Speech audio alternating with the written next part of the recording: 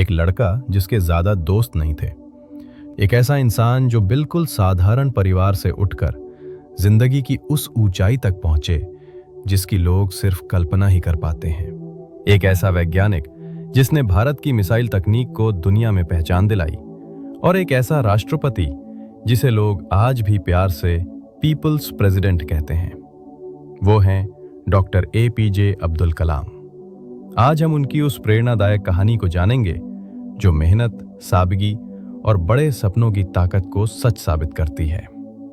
15 अक्टूबर 1931 तमिलनाडु के शांत और सुंदर द्वीप रामेश्वरम में एक साधारण से घर में जन्म हुआ अबुल पकीर जैनुलाब्दीन अब्दुल कलाम का।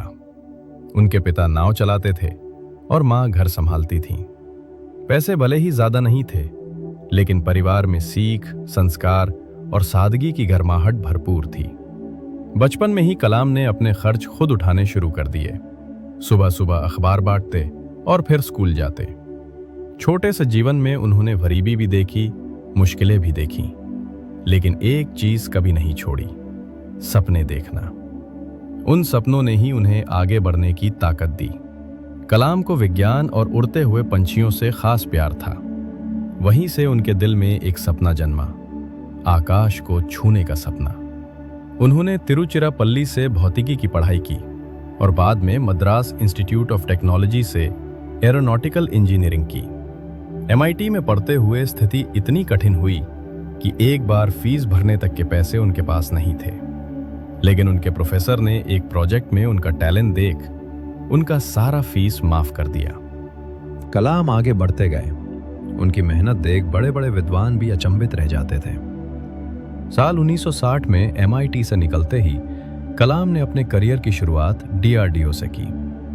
DRDO में काम करते हुए उन्होंने देश की रक्षा टेक्नोलॉजी को समझा, और यहाँ उन्हें ये एहसास हुआ कि अगर भारत को आगे बढ़ाना है तो टेक्नोलॉजी और साइंस की ताकत सबसे जरूरी है। कुछ ही समय बाद उन्हें इसरो भेजा गया और यहीं से उनकी जिंदगी का असली मिशन शुरू हुआ। साल था 1970। भारत अपने पहले सैटेलाइट लॉन्च व्हीकल SLV-3 पर काम शुरू कर रहा था। यह प्रोजेक्ट इतना बड़ा था कि दुनिया को भी विश्वास नहीं था कि भारत इसे पूरा कर पाएगा। लेकिन इस मिशन के लीड साइंटिस्ट कौन थे? Doctor APJ Abdul Kalam.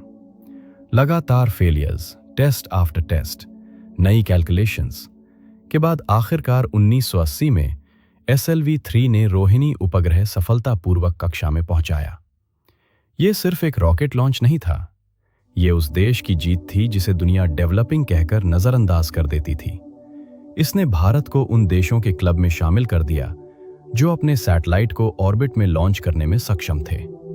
इससे पहले भारत को सैटेलाइट भेजने के लिए दूसरे देशों पर निर्भर होना पड़ता था, और इस जीत के पीछे जिस इंसान की सबसे बड़ी भूमिका थी वो थे डॉक्टर कलाम। भारत की रक्षा क्षमता को अगले स्तर तक ले जाने के लिए कलाम ने एक मेगा मिशन की कमान अपने हाथों में ली। IGMDP यानी integrated guided missile development programme. यह प्रोग्राम आसान नहीं था। कम संसाधन, कम बजट और दुनिया की नजरों में भारत ये कर नहीं पाएगा वाला टैग। लेकिन कलाम ने इसे चैलेंज की तरह लिया।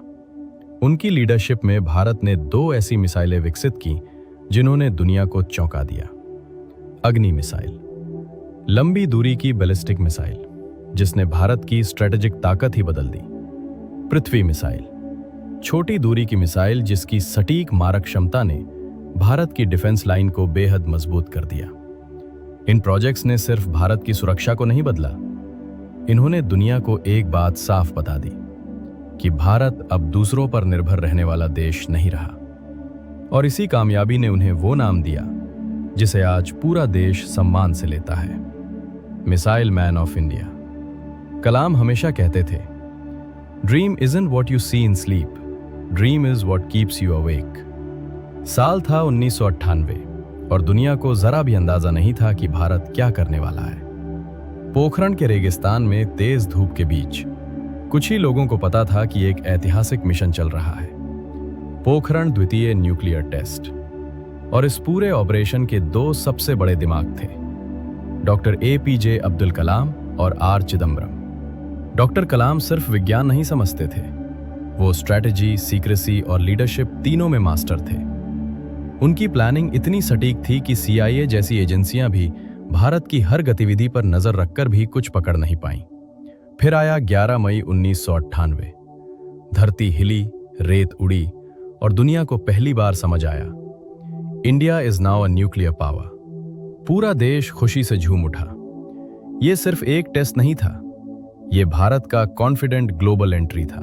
2002 में जब भारत को अपना 11वां राष्ट्रपति चुनना था, तब हर वर्ग का सिर्फ एक ही नाम था, डॉक्टर APJ अब्दुल कलाम। राष्ट्रपति बनने के बाद भी वे वैसे ही सादगी से जिए, न बड़े कमरे, न कोई दिखावा। वही व्यक्ति जो हमेशा कहता था, मैं राजनीति का नहीं, जनता का राष्ट्रपति हूं। अपने जीवन के अंतिम दौर में भी उन्होंने कभी आराम नहीं किया। पूरा देश घूम घूम कर छात्रों से मिलना, लेक्चर देना, किताबें लिखना, यही उनका जीवन था। उनकी विंग्स ऑफ फायर आज भी भारत की सबसे प्रेरणादायक किताबों में गिनी जाती है। 27 जुलाई 2015। IIM शिलोंग में लेक्चर देते समय वे मंच पर गिर पड़े और कुछ ही पलों में भारत ने अपना सबसे महान वैज्ञानिक, सबसे सरल इंसान और सबसे प्रिय राष्ट्रपति खो दिया। लेकिन कलाम आज भी सिर्फ एक नाम नहीं, एक विचार है, एक प्रेरणा है, एक सपना है कि भारत सिर्फ विकसित ना हो, बल्कि दुनिया का नेतृत्व करे। उनकी सादगी, उनका ज्ञान और उनके शब्द आज भी हर युवा के दिल में बसते हैं।